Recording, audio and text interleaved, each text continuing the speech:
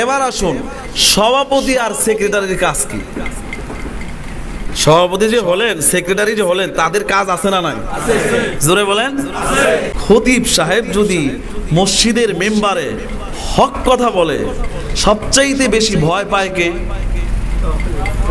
হ্যাঁ, আপনারা সাহস পান না কেন?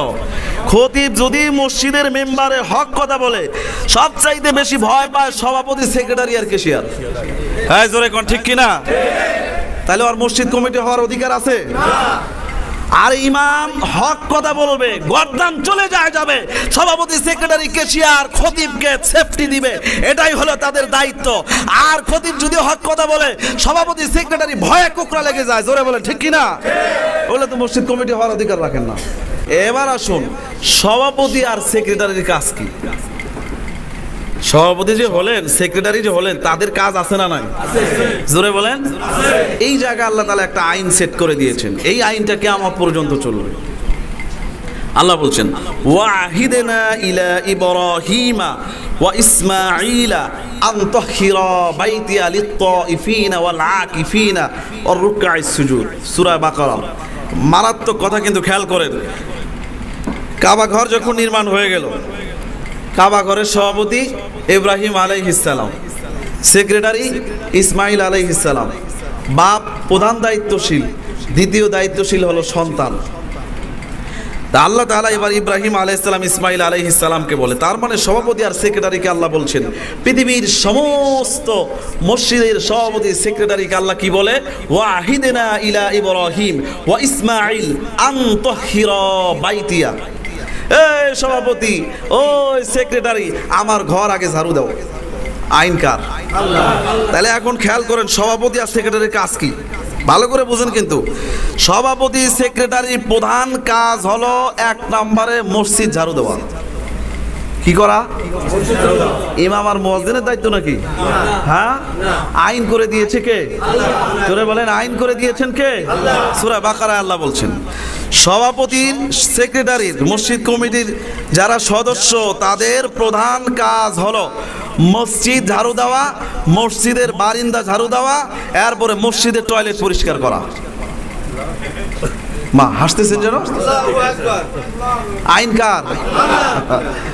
এখন সভাপতি আইসা ইমাম সাহেবের উপরে চোখ রাঙ্গায়, সেক্রেটারি আইসা মুয়াজ্জিনের উপরে চোখ রাঙ্গায়, আরেকজন আইসা এই খাদেমের উপরে চোখ রাঙ্গায়।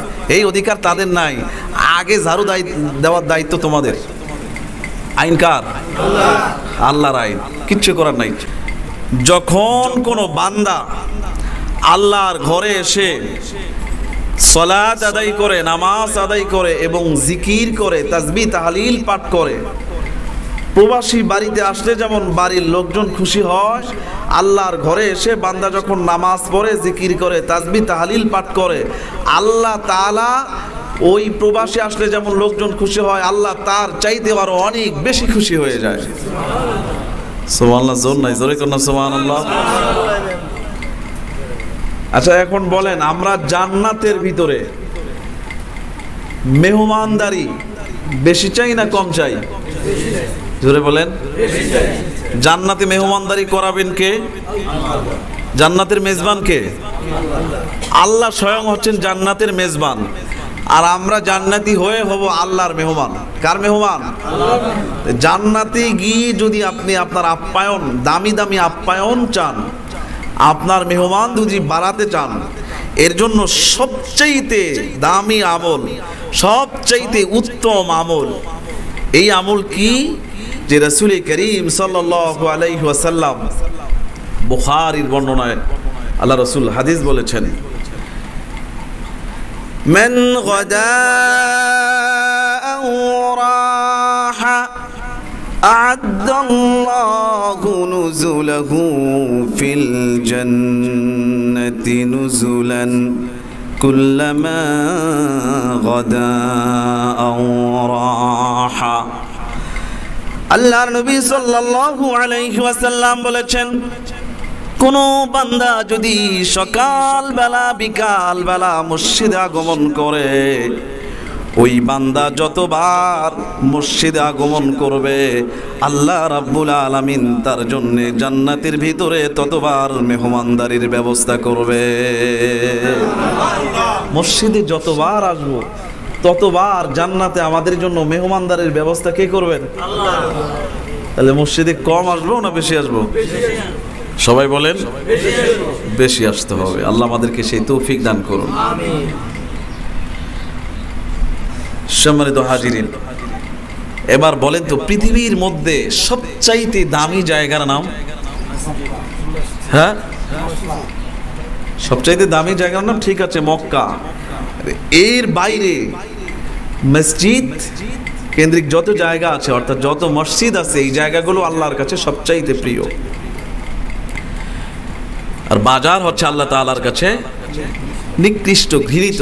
রাসূল করিম সাল্লাল্লাহু আলাইহি ওয়াসাল্লাম বলেছেন, আহাব্বুল বিলাদি ইলাল্লাহি মাসাজিদুহা ওয়া আবগাদুল বিলাদি ইলাল্লাহি আসওয়াকুহা। আল্লাহ নবী বলেন যে আল্লাহ তাআলার কাছে সবচেয়ে প্রিয় জায়গা হলো মসজিদ, আর আল্লাহর কাছে ঘৃণিত জায়গা হলো বাজার। আচ্ছা, এবার বলেন তো আল্লাহর কাছে যেই জায়গা প্রিয়, সেই জায়গা অবস্থান যিনি করবেন তিনি কি আল্লাহর কাছে ঘৃণিত হবেন না সেও আল্লাহর কাছে প্রিয় হয়ে যাবে? তাহলে আমরা মসজিদে অবস্থান বেশি করব না বাজারে অবস্থান বেশি করব? তো মসজিদে মুসল্লি নামাজের টাইম ছাড়া খুঁজে পাওয়া যায়? নামাজও কোনো রকম খালি শেষ করতে পারলেই যেন আমরা মসজিদ থেকে বের হতে পারলেই বেঁচে যাই। কিন্তু বাজারে ঘন্টার পর ঘন্টা, রাত 12টা বেজে গেছে, বাজারে লোকের অভাব নাই। রাত 10টা বেজে গেছে, 11টা বেজে গেছে, বাজারে লোকের অভাব নাই। কনসার্টে লোকের অভাব নাই। এরকম কি খেলার গ্যালারিতে লোকের অভাব নাই, সিনেমা হলে লোকের অভাব নাই। আল্লাহ সুবহানাহু ওয়া তাআলার ঘর মসজিদে লোকের বড়ই অভাব। অথচ আল্লাহ সুবহানাহু ওয়া তাআলা দৈনিক মুয়াজ্জিনের কণ্ঠ দিয়া 20 বার আহ্বান করে। কয়বার? জোরে বলেন তো কয়বার? 20 বার। আজানে 5-5 10 বার, ইকামতে 5-5 10 বার। আল্লাহ রাব্বুল আলামিন বান্দাকে দৈনিক 20 বার আহ্বান করে, আসো নামাজের জন্য আসো। যদি নামাজে আসতে পারো তাহলে তুমি সফল কাম হয়ে যাবে। জোরে বলেন সুবহানাল্লাহ। মুয়াজ্জিন দৈনিক 5 বার তার কণ্ঠে বলতে থাকে, হাইয়া আলাস সালাহ।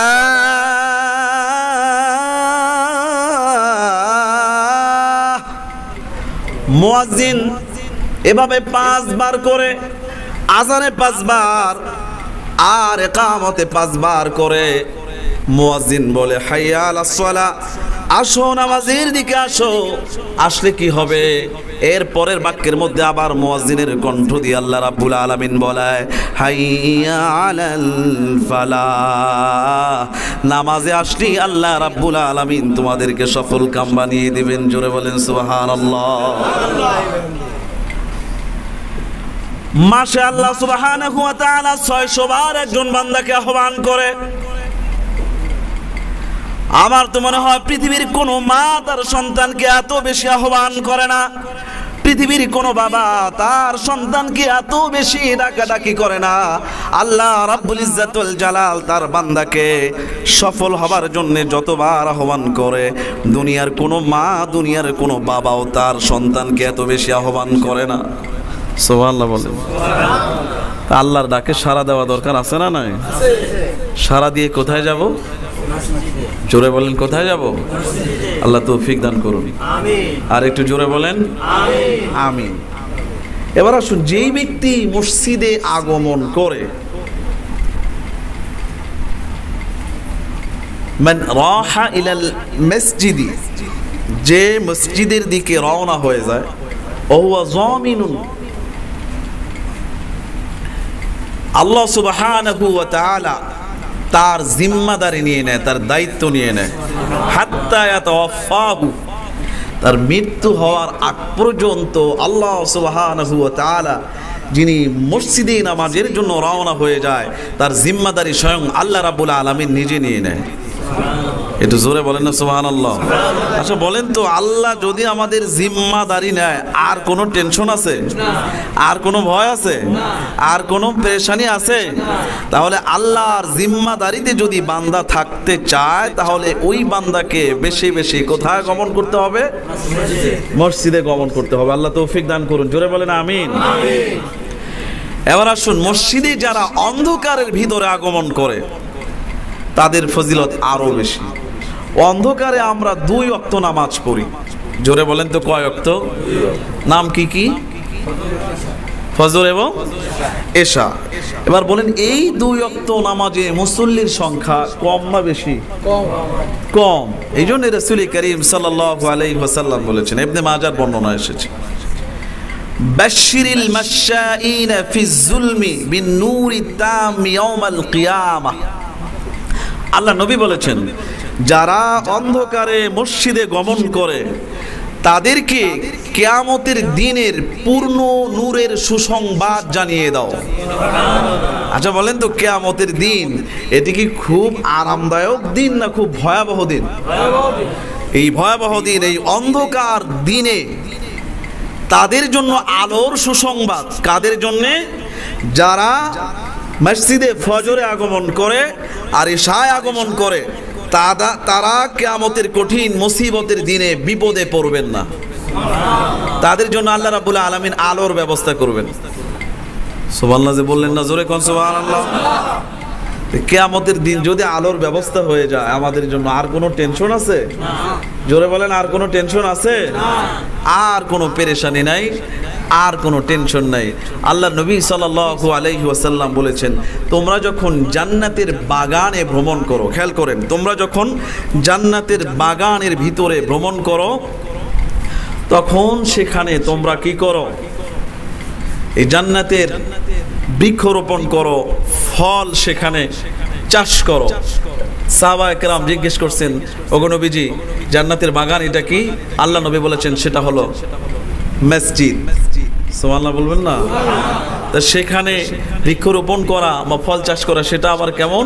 তখন নবীজি সাল্লাল্লাহু আলাইহি ওয়াসাল্লাম বলেছেন, সেই বাগানে গিয়ে যখন তোমরা সুবহানাল্লাহ, আলহামদুলিল্লাহ, লা ইলাহা ইল্লাল্লাহ, আল্লাহু আকবার বলবে, তখন ওই বাগান চাষ হয়ে যাবে। আর একটু জোরে মহব্বতে বলেন সুবহানাল্লাহ। আল্লাহ তাআলা আমাদেরকে বেশি বেশি মসজিদে গমন করার তৌফিক দান করুন, আমিন। আর একটু জোরে বলেন আমিন। সম্মানিত হাজিরিন, আমরা মসজিদে গমনের ফজিলত জানলাম এতক্ষণ। মসজিদ নির্মাণের ফজিলত কি আমরা এখন সেটাও জানবার চেষ্টা করব ইনশাআল্লাহুল আজিজ। তাহলে মসজিদের মালিক যিনি, একটু জোরে বলেন তো তিনি কে? আল্লাহ। তাহলে মসজিদে নামাজ আদায় করবে মুসল্লিরা, এই নামাজীদেরকে নামাজ পড়তে বাধা যারা দেয়, আল্লাহর ভাষায় তারা হলো পৃথিবীর সবচাইতে বড় জালেম। আল্লাহর ভাষায় তারা কি? হ্যাঁ, ومن أظلم ممن منع مساجد الله أن يذكر فيها اسمه وسعى في خرابها। আল্লাহ রাব্বুল ইজ্জত ওয়াল জালাল বলেন, তার চাইতে বড় জালেম আর কে হতে পারে যে মসজিদে মুসল্লিদেরকে আসতে বাধা প্রদান করে, মসজিদে ইবাদতে বাধা প্রদান করে, ওয়াসা ফি খরাবিহা, আর মসজিদকে বিরান করবার চেষ্টা করে, মসজিদকে অকার্যকর করবার চেষ্টা করে যারা, আল্লাহর ভাষায় সবচাইতে বড় জালেম তারা। বলেছেন কে? আল্লাহ। একটু জোরে বলেন, বলেছেন কে? আল্লাহ। মসজিদ ইজনে আম হতে হবে। ইজনে আম মানে সবার জন্য উন্মুক্ত হতে হবে। এইখানে যিনি সভাপতি হবেন, যিনি সেক্রেটারি হবেন, তার আলাদা কোনো বৈশিষ্ট্য আলাদা আছে আল্লাহর ভাষায়, যে কারা দায়িত্বশীল হতে পারবে সেটা আমি পরে আসতেছি, এবং তাদের দায়িত্ব কি সেটাও পরে আসতেছি ইনশাআল্লাহ। তো মসজিদের দায়িত্বশীল হলে, হ্যাঁ, তিনি বিশাল কিছু হয়ে গেলেন বা বিশাল কিছুর মালিক হয়ে গেলেন, এমনটা যারা ভাবে, তারা মোটেও ঠিক কাজ করেন না, এমনটি ভাবা যাবে। বরং যিনি মসজিদের সভাপতি হয়েছেন, সেক্রেটারি হয়েছেন, ক্যাশিয়ার হয়েছেন, মসজিদ ম্যানেজিং কমিটির সদস্য হয়েছেন, তাদের চিন্তা করা যে আল্লাহ তাআলা আমাকে দয়া করে আল্লাহর ঘরের খাদেম বানিয়েছেন। আল্লাহর ঘরের খাদেম, তাহলে মসজিদের কমিটি যারা, এরা হলো আল্লাহর ঘরের খাদেম। জোরে বলেন, আল্লাহর ঘরের খাদেম। আমরা মনে করি যে মসজিদ ঝাড়ু দেয় সে হলো আল্লাহর ঘরের খাদেম, আসলে কি তাই? তাহলে মসজিদের মূল খাদেম হলো সভাপতি, সেক্রেটারি, ক্যাশিয়ার আর ম্যানেজিং কমিটির সদস্য। এরা হলো 1 নম্বর খাদেম। এরা কি? এখন মসজিদের খাদেম হয়ে কি ভাব নেওয়া যাবে নাকি? ভাব ধরা যাবে? যাবে না। আল্লাহ, আমাদের দেশে তো বেশিরভাগ ক্ষেত্রেই মসজিদ কমিটিতে যারা থাকেন, এই তো বললে খুব বিপদ, মুশকিল অবস্থা, বলা তো যাবে না, হক কথা বললেই বিপদ। বলেন তো, আছে না নাই? আমি শুধু এখানকার কথা বলছি না, এই সব জায়গায় একই অবস্থা, বেশিরভাগ জায়গায় একই অবস্থা। যারা মসজিদ কমিটিতে আছেন তারা মনে করেন যে তারা জমিদারি পেয়ে গেছে। বেশিরভাগ ক্ষেত্রে এরকম। আল্লাহ তাআলা যেন ওই কমিটি যারা যেই মসজিদের হন না কেন তাদেরকে সহি বুঝ দান করেন। আমিন। আর একটু জোরে বলেন আমিন। মসজিদের সাথে যার অন্তর সব সময় লেগে থাকে তার লাভটা কি? যে সব সময় মসজিদমুখী, তার লাভ কি? তার জন্য আল্লাহ তাআলা কি ব্যবস্থাপনা করবেন কিয়ামতের কঠিন মুসিবতের দিনে? এবার যারা খেলাধুলা দেখে, গ্যালারি সম্পর্কে যাদের আইডিয়া আছে তারা বুঝবেন গ্যালারির ভিতরে প্রকারভেদ আছে। গ্যালারির ভিতরে একটা গ্যালারি আছে ভিআইপি গ্যালারি, সবচাইতে মূল্যবান দামি গ্যালারি। ওই যে ফুটবল বিশ্বকাপের দামি গ্যালারির এক এক টিকিটের দাম 1 লক্ষ, 1.5 লক্ষ, 2 লক্ষ টাকা। তা আল্লাহ সুবহানাহু ওয়া তাআলার ভিআইপি গ্যালারি আছে। একটু জোরে বলেন তো, আল্লাহর সেই গ্যালারির নাম কি? কেউ বলতে পারেন না? না, আল্লাহর সেই ভিআইপি গ্যালারির নাম কি? আরশে আজিম। জোরে বলেন তো, ভিআইপি গ্যালারির নাম আরশে আজিমের ছায়া। এটি হলো আল্লাহ তাআলার ভিআইপি গ্যালারি। একটু জোরে মহব্বতে বলেন না সুবহানাল্লাহ। কিয়ামতের কঠিন মুসিবতের দিনে আল্লাহ তাআলা 7 শ্রেণীর মানুষকে আল্লাহর ওই ভিআইপি গ্যালারিতে জায়গা দান করবেন। এখন বলেন তো, কিয়ামতের এই কঠিন মুসিবতের দিনে যদি আমরা আল্লাহর ভিআইপি গ্যালারিতে জায়গা পাই, ভালো হবে না খারাপ হবে? তাহলে সেই ভিআইপি গ্যালারিতে যাওয়া দরকার আছে না নাই? দুনিয়ার সামান্য স্টেডিয়ামের ভিআইপি গ্যালারির এক টিকিটের দাম 1 লাখ, 1.5 লাখ। আর আল্লাহ সুবহানাহু ওয়া তাআলার ভিআইপি গ্যালারিতে যদি সেদিন জায়গা পেয়ে যায়, তাহলে সেই দিন হবে আমাদের আসল ভাব। জোরে বলে ঠিক কিনা? আল্লাহ আমাদেরকে তৌফিক দাও। জোরে বলেন আমিন। আল্লাহ নবী বলেছেন, ওয়ারাজুলুন কলবুহু মুআল্লাকুম বিল মাসাজিদ। নবীজি সাল্লাল্লাহু আলাইহি ওয়াসাল্লাম বলেছেন, আল্লাহ সুবহানাহু ওয়া তাআলা তাদেরকে সেই কঠিন মুসিবতের দিনে আল্লাহর ভিআইপি গ্যালারির ছায়ার নিচে জায়গা দান করে দিবেন, যারা সব সময় মসজিদমুখী হয়ে থাকে, যাদের অন্তর মসজিদের সাথে লেগে থাকে।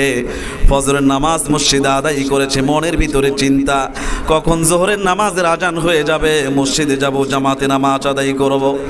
জোহরের নামাজ শেষ হয়ে গেছে, তার মনের মধ্যে চিন্তা কখন আসরের নামাজ হবে, আজান হবে, আবার মসজিদে যাব, মসজিদে গিয়ে জামাতে নামাজ আদায় করব। এভাবে আবার তার মনের মধ্যে বারবার টেনশন হয় কখন আসরের আজান হবে, মসজিদে যাব, জামাতে নামাজ আদায় করব, আসর শেষ, মাগরিব এভাবে চিন্তা করে, মাগরিব শেষ, আবার এশার নামাজ এভাবে চিন্তা করে, এশাও যখন শেষ হয়ে যায়, ফজর এভাবে চিন্তা করে।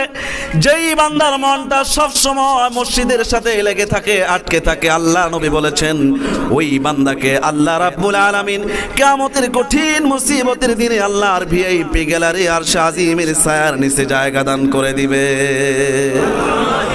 আল্লাহ আমাদেরকে সেই আল্লাহর ভিআইপি গ্যালারিতে স্থান পাওয়ার তৌফিক দান করে দেন। আর একটু জোরে বলেন আমিন। এবার আসুন, মসজিদ দায়িত্বশীল কারা হবে আল্লাহ তাও বলে দিয়েছেন। সভাপতি কে হবে, সেক্রেটারি কে হবে, ক্যাশিয়ার কে হবে, আর ম্যানেজিং কমিটির দায়িত্বশীল কারা হবে, এটা আল্লাহ রাব্বুল আলামিন সূরা তাওবায় বর্ণনা করেছেন। এটা যদি বলি কেউ মন খারাপ করবেন না, কষ্ট পাবেন না?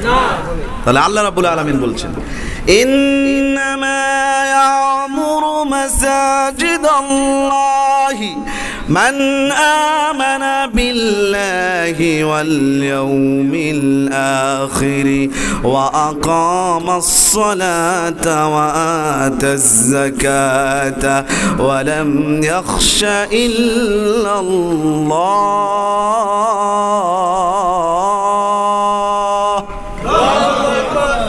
আল্লাহ রাব্বুল আলামিন বললেন, তারাই মসজিদ কমিটিতে থাকতে পারবে। তারা কারা? চার গুণে গুণান্বিত যারা, যাদের জীবনে চারটা গুণ আছে, চারটা বৈশিষ্ট্য আছে, তারাই মসজিদ কমিটির সদস্য হতে পারবে, তাছাড়া কেউ হতে পারবে না। তারা কারা? আল্লাহ রাব্বুল আলামিন বললেন, মান আমানা বিল্লাহি ওয়াল ইয়াউমিল আখির, যারা আল্লাহ রাব্বুল আলামিনকে বিশ্বাস করে, পরকালে বিশ্বাস করে, ওয়া আকামাস সালাহ, আর যারা নামাজ কায়েম করে। এক নম্বরে আল্লাহ বিশ্বাস করে, পরকালে বিশ্বাস করে। দুই নম্বরে যারা নামাজ কায়েম করে তারাই মসজিদের সভাপতি, সেক্রেটারি আর ম্যানেজিং কমিটিতে স্থান পাবে। আচ্ছা বলেন তো, বাংলাদেশের পরিস্থিতি যদি পর্যালোচনা করা হয়, বাংলাদেশের মসজিদ কমিটিতে যারা আছে এরা কি সবাই নামাজ পড়ে না অধিকাংশরাই নামাজ পড়ে না? হ্যাঁ, জোরে কোন? আল্লাহ বলছেন ওয়া আকামাস সালাহ, যারা নামাজ কায়েম করে। সভাপতিটাও, সভাপতি সেক্রেটারি মনে করেন দায়িত্বের জায়গা থেকে নামাজে না গেলে কেমন হবে, এই বিপদে পড়ে মসজিদে আসে। তা আকামাস সালাহর অর্থ কি?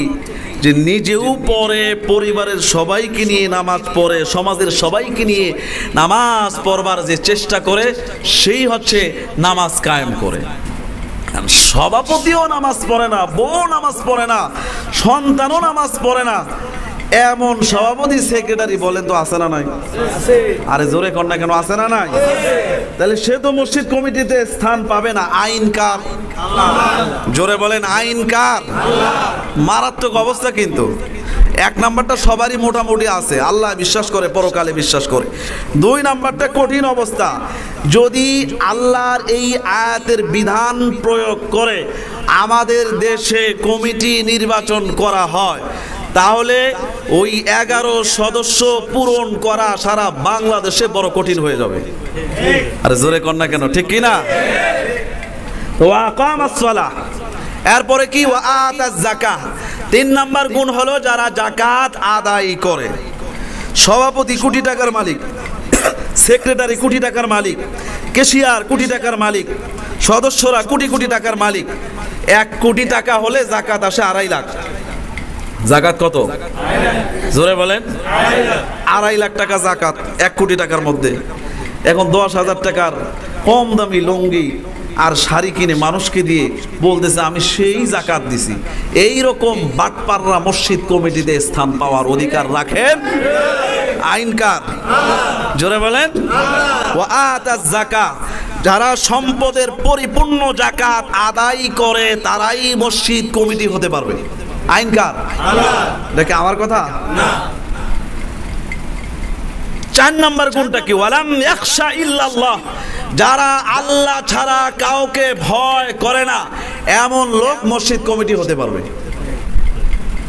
আচ্ছা এবার বলেন তো, খতিব সাহেব যদি মসজিদের মেম্বারে হক কথা বলে সবচাইতে বেশি ভয় পায় কে? হ্যাঁ, আপনারা সাহস পান না কেন?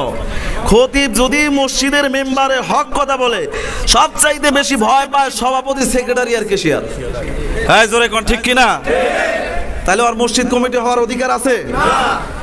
আর ইমাম হক কথা বলবে, গর্দান চলে যাবে, সভাপতি, সেক্রেটারি, ক্যাশিয়ার খতিবকে সেফটি দিবে, এটাই হলো তাদের দায়িত্ব। আর খতিব যদি হক কথা বলে সভাপতি, সেক্রেটারি ভয়ে কুকরা লেগে যায়। জোরে বলে, ঠিক কিনা? বলে তো মসজিদ কমিটি হওয়ার অধিকার রাখেন না।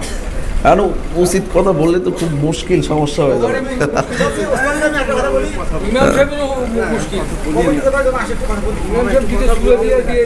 আচ্ছা শেষ করি তারপরে বলে। আচ্ছা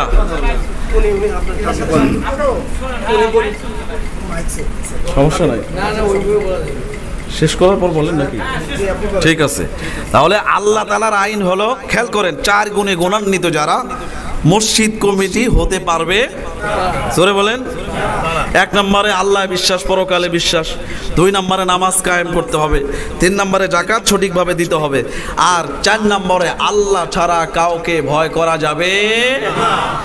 এই রকম গুণে গুণান্বিত যারা আমরা বেছে বেছে তাদেরকে মসজিদ কমিটিতে জায়গা দিব ইনশাআল্লাহ। এটা কিন্তু আমি এই মসজিদের কথা বলছি না, সামগ্রিক আলোচনা। আমাদের কোনো আলোচনাই ব্যক্তিকেন্দ্রিক নয়, স্থান কেন্দ্রিক নয়, সমস্ত আলোচনাই হলো সামগ্রিকভাবে। সমস্যা নাই তো? বুঝে আসছেন ইনশাআল্লাহ?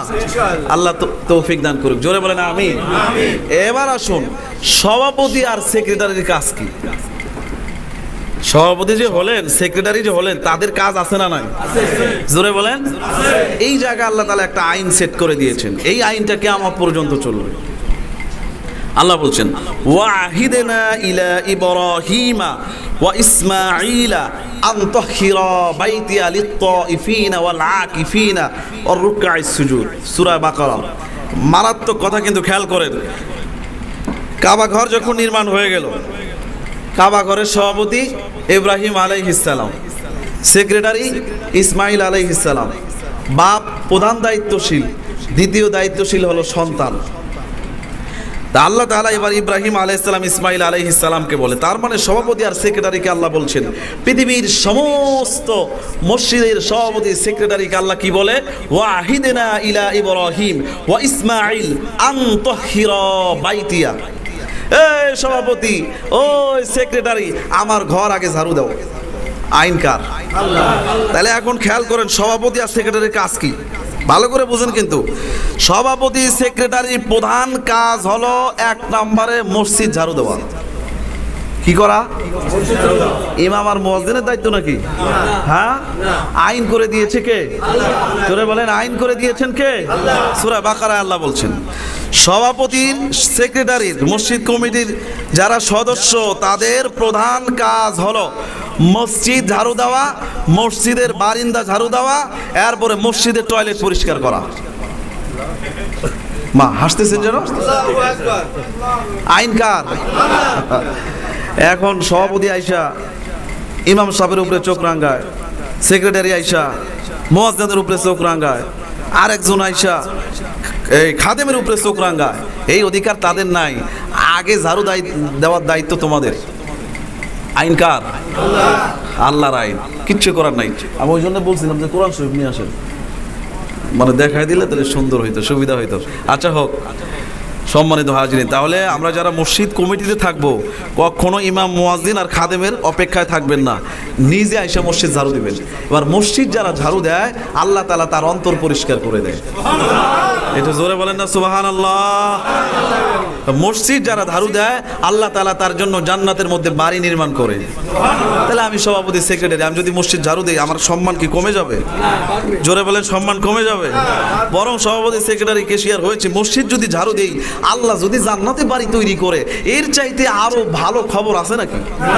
তাইলে দায়িত্বশীল যারা হব, তারা বেশি বেশি করে মসজিদের কাজ করব ইনশাআল্লাহ। আল্লাহ তৌফিক দান করুন, জোরে বলেন আমিন। এবার মসজিদ যারা বানায়, তাদের লাভ কি? আল্লাহ নবী সাল্লাল্লাহু আলাইহি ওয়াসাল্লাম বলেছেন, মান বানা লিল্লাহি মাসজিদান বানাল্লাহু লাহু বাইতান ফিল জান্নাহ। নবীজি সাল্লাল্লাহু আলাইহি ওয়াসাল্লাম বলেছেন, কেউ যদি পৃথিবীর জমিনে একটা মসজিদ নির্মাণ করে, আল্লাহ রাব্বুল আলামিন তার জন্য জান্নাতের ভিতরে স্পেশাল বাড়ি নির্মাণ করবেন। সুবহানাল্লাহ বলেন। জান্নাত তো পুরাটাই আনন্দের জায়গা, সেখানে যদি স্পেশাল কামরা থাকে সেটা ভালো হবে না খারাপ হবে? জোরে বলেন। এখন বলবেন যে একা একজন একটা মসজিদ নির্মাণ করে ফেলছে, আলহামদুলিল্লাহ, তবে মসজিদ সাধারণত এভাবে হয় না, সবাই মিলে মসজিদ তৈরি করতে হয়, ঠিক কিনা? সবাই মিলে মসজিদ তৈরি করবেন আর ভাববেন মনে মনে যে এতগুলা লোক মিলে একটা মসজিদ তৈরি করব, আমার সামর্থ্য মাত্র আমি 100 টাকা দিলাম, আমার সামর্থ্য মাত্র আমি একটা ইটের টাকা দিলাম, আমার সামর্থ্য আমি মাত্র 10 টাকা দিলাম, তা আমার জন্য কি হবে? রাসূল করিম সাল্লাল্লাহু আলাইহি ওয়াসাল্লাম হাদিসের মধ্যে স্পষ্ট করে দিয়েছেন, কেউ যদি ছোট্ট পাখির বাসা, একটা ছোট্ট পাখির বাসা, ঘুঘুর বাসাটা কতটুকু হবে? একটা ইটের অর্ধেক সমপরিমাণ। আরও ছোট ছোট পাখি আছে যাদের বাসাগুলি একটা ইটের অর্ধেক সমপরিমাণ হবে বা একটা ইটের সমান হবে, তা একটা ইটের দাম কয় টাকা? 10 টাকা। আল্লাহ নবী একেবারে এভাবে বলেছেন, কেউ যদি ছোট্ট পাখির বাসার সমপরিমাণ কোনো জিনিস আল্লাহর ঘরে দান করে, আল্লাহ তাআলা তার জন্য জান্নাতের ভিতরে বাড়ি নির্মাণ করবেন। তার মানে একটা ইট সমপরিমাণ যদি কেউ মসজিদে দান করে, তার জন্য আল্লাহ তাআলা জান্নাতে কি করবেন? জোরে বলেন, বাড়ি নির্মাণ করবেন ইনশাআল্লাহ। কেউ 1 কোটি দিয়েছে, আলহামদুলিল্লাহ, কারো সামর্থ্য নাই 10 টাকা দিয়েছে, আলহামদুলিল্লাহ। এবার বলেন, মসজিদ নির্মাণে আমরা সহযোগিতা করতে রাজি আছি না নাই? আর একটু জোরে বলেন, রাজি আছে না নাই? এমন 3টা এমন ব্যবসা আছে যেই ব্যবসায়ীরা কোনোদিন ক্ষতিগ্রস্ত হবে না। আচ্ছা বলেন তো, মাঝে মাঝে ব্যবসায়ীরা ক্ষতিগ্রস্ত হয় কি হয় না? কোটি কোটি টাকার ব্যবসা করে, কিন্তু এমন ধরা খেয়েছে যে তার গোডাউনে তালা লাগিয়ে ওই বেচারা সব কিছু নিয়ে ভেগে গেছে, আর হদিস পাওয়া যায় না। এমন নজির আছে না নাই? আল্লাহ বলেন, আমি 3টা ব্যবসার কথা বলছি, বান্দা শোনো, এই 3টা ব্যবসা যদি তোমরা করতে পারো, জীবনে কোনোদিন তোমাদের ব্যবসায় লস হবে না, শুধু লাভ আর লাভ, লাভ আর লাভ। জোরে মহব্বতে বলেন সুবহানাল্লাহ। 3টা ব্যবসা কি? আল্লাহ বলছেন, আল্লাযীনা ইয়াতলুনা কিতাবাল্লাহি ওয়া আকামুস সালাতা ওয়া আনফাকু মিম্মা রাযাকনাহুম سرا وعلانية يرجون تجارة لن تبور। আল্লাহ রাব্বুল ইজ্জত ওয়াল জালাল বলেন, আল্লাযীনা ইয়াতলুনা কিতাবাল্লাহ। 1 নম্বরের ব্যবসা হলো কোরআন তেলাওয়াতের ব্যবসা। 2 নম্বরের ব্যবসা হলো আকামুস সালাহ, নামাজ কায়েমের ব্যবসা। 3 নম্বরের ব্যবসা হলো আল্লাহর দেওয়া সম্পদ থেকে যারা আল্লাহর ঘরের জন্য দান করে, আল্লাহর রাস্তায় দান করে, এই 3 ব্যবসায়ী কোনোদিন ক্ষতিগ্রস্ত হবে না। আল্লাহ বলেন, ইউওয়াফিয়াহুম উজুরাহুম, আমি আল্লাহ রাব্বুল আলামিন তাদেরকে পরিপূর্ণ মজুরি দান করব, ওয়া ইয়াজিদুহুম মিন ফাদলি, আর আমি আল্লাহ তাআলার দয়ায় কেউ যদি আল্লাহর দেওয়া সম্পদ আল্লাহর ঘরের জন্য, দ্বীনের জন্য, ইসলামের জন্য ব্যয় করে, আল্লাহ বলছেন আল্লাহর দয়া তার সম্পদ আল্লাহ বহু গুণে বাড়িয়ে দিবে। একটু জোরে কোন সুবহানাল্লাহ। তাহলে এমন ব্যবসা করতে আমরা রাজি আছি না নাই? যেই ব্যবসায় শুধু লাভ আর লাভ। কথা বলেন, এরকম ব্যবসা করবো তো ইনশাআল্লাহ। এই মসজিদের প্রয়োজনে যদি আপনাদের কাছে কিছু বলা হয়, আপনাদের কাছে যাওয়া হয়, আপনারা সাড়া দিবেন তো ইনশাআল্লাহ। আল্লাহ তাআলা তৌফিক দান করুন। আর একটু জোরে বলেন আমিন। শেষ করে দিই, সময় শেষ হয়ে গেছে। 25-এ শেষ করতে বলেছেন, 25 বেজে গেছে। ঠিক আছে ইনশাআল্লাহ, আপনি লাইভটা বন্ধ করেন। কেউ কষ্ট পান নাই তো? হ্যাঁ, আল্লাহ রাব্বুল আলামিন আমাদের সবাইকে মসজিদমুখী হওয়ার তৌফিক দান করুন। মসজিদের সাথে যেন আমাদের অন্তর লেগে যায়, জুড়ে থাকে, আল্লাহ সেই তৌফিক দান করুন। আর একটু জোরে বলেন আমিন। বলেন। আসসালামু আলাইকুম। আমি ওস্তাদের কাছে জানতে চাই, আমাকে জানি না অনেকে, ওস্তাদের কাছে জানতে চাই যে আমাদের এই যে মসজিদ কমিটি হয় 11 সদস্য বিশিষ্ট বা 9 সদস্য বিশিষ্ট কমিটি আছে, তো আমরা তো মুসল্লি আছি, আমরা তো আলাদা মুসল্লি, আমরা তো মসজিদের চাঁদাটা দেই পার মান্থ। আপনি যখন বললেন যে টাকা দেওয়া, ওই চাঁদা দেওয়া হয় আর কি, আমরা দেই আর কি মসজিদে যেটা। তা আমার তো হুজুর, আমাকে এই যে মুসল্লিরা এই যে মসজিদে যে আয় ব্যয়, এটা কি আমাদের কি ওই মসজিদ কমিটি যারা আছে এদের কাছে কি আমরা আয় ব্যয় কি হিসাব নিতে পারি? 100 বার নিতে পারবেন, 100 বার নিতে পারবেন। আমি প্রথমে ছিল ঘরের মালিক কে? আল্লাহ। জোরে বলেন, ঘরের মালিক কে? আল্লাহ। মসজিদের মালিক আল্লাহ।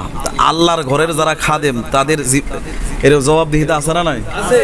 আল্লাহর ঘরে যে ইমাম, সেও আল্লাহর ঘরে খাদেম, তারও জবাবদিহি আছে। যে খতিব, তারও জবাবদিহি আছে। যে মুয়াজ্জিন, তারও জবাবদিহি আছে। ইমামের দায়িত্ব যেমন নামাজ ঠিকঠাক মতো পড়াতে হবে, মুয়াজ্জিনের দায়িত্ব যেমন আজান ঠিকঠাক মতো দিতে হবে। আর যারা ব্যবস্থাপনায় থাকেন, নামাজের সময় হয়ে গেছে তো,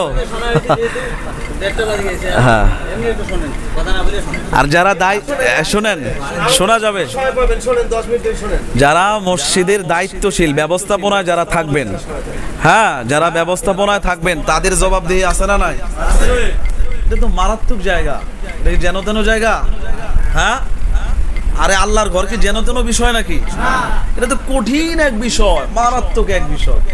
এনে জবাবদিহিতা আছে। অবশ্যই সাধারণ মুসল্লি যারা দায়িত্বশীল, তাদের কাছ থেকে জবাবদিহিতা চাবেন, জবাব নিতে পারবেন, এটাই যুক্তিযুক্ত। কেউ যদি জবাব দিতে না চায়, তাহলে তো সে কমিটিতে থাকবার অধিকার রাখেন না। জোরে বলেন। আর কমিটিতে থাকতে হলে কি কি গুণাবলী লাগবে আমি একটু আগে বললাম না? তাহলে ওই রকম গুণ দেখে যদি কমিটি নির্বাচন করা হয়, ওই 11 জন পাওয়া মুশকিল, 9 জন পাওয়া মুশকিল, 3 জন পাওয়া যাবে কিনা সন্দেহ আছে। একটু জোরে বলেন না কেন? 3 জন পাওয়া যাবে কিনা সন্দেহ আছে। এরকম তো লোক বেছে বেছে যারা জবাবদিহিতা দিতে যারা কুণ্ঠাবোধ করে না, এইরকম লোককেই এইরকম জায়গায় দায়িত্ব দিতে হবে। যার জীবনে এরকম তসরুফ করার কোনো হিস্টোরি নাই, ইতিহাস নাই, এইরকম লোককে মসজিদ কমিটিতে রাখতে হবে। আপনারা জানেন যে এই লোকটা তসরুফ করে, তাকে তো মসজিদ কমিটিতে জায়গা দিতে পারবেন না। কেউ তসরুফ করা অভ্যাস আছে, কোটি টাকার মালিক, এখন যদি আপনি তাকে মসজিদ কমিটিতে জায়গা না দেন, এখন সে একটা প্রভাব বিস্তার করবে, প্রোপাগান্ডা ছড়াবে। আচ্ছা বলেন তো, এরকম বাস্তবতা আমাদের দেশে আছে না নাই? ওই ভয়ে আপনি তার মসজিদ কমিটিতে জায়গা দিবেন। এখন যারা জায়গা দিবেন তারা সহ আল্লাহর কাছে ধরা খাবে, তারা সহ আল্লাহর কাছে ধরা খাবেন। মারাত্মক বিষয়, কিন্তু 100 বার জবাব দিতে হবে। যারা দায়িত্বে থাকবে তাদেরকে 100 বার, 1000 বার জবাব দিতে হবে। এই মসজিদের 1 টাকা 1 পয়সা যদি কেউ তসরুফ করে, তাহলে যে তার কি হবে, এইটার শাস্তির বিধান এই মুহূর্তে আর বলা সম্ভব না। এমনি মানুষকে যদি কেউ ঠকায়, কাকে? মানুষকে যদি কেউ ঠকায়, কাউকে 1 টাকা ঠকিয়েছেন আপনি, ওই বেচারা যতক্ষণ মাফ করবে না, ততক্ষণ আপনার তওবাই কবুল হবে। কি কবুল হবে না? তওবাই কবুল হবে না।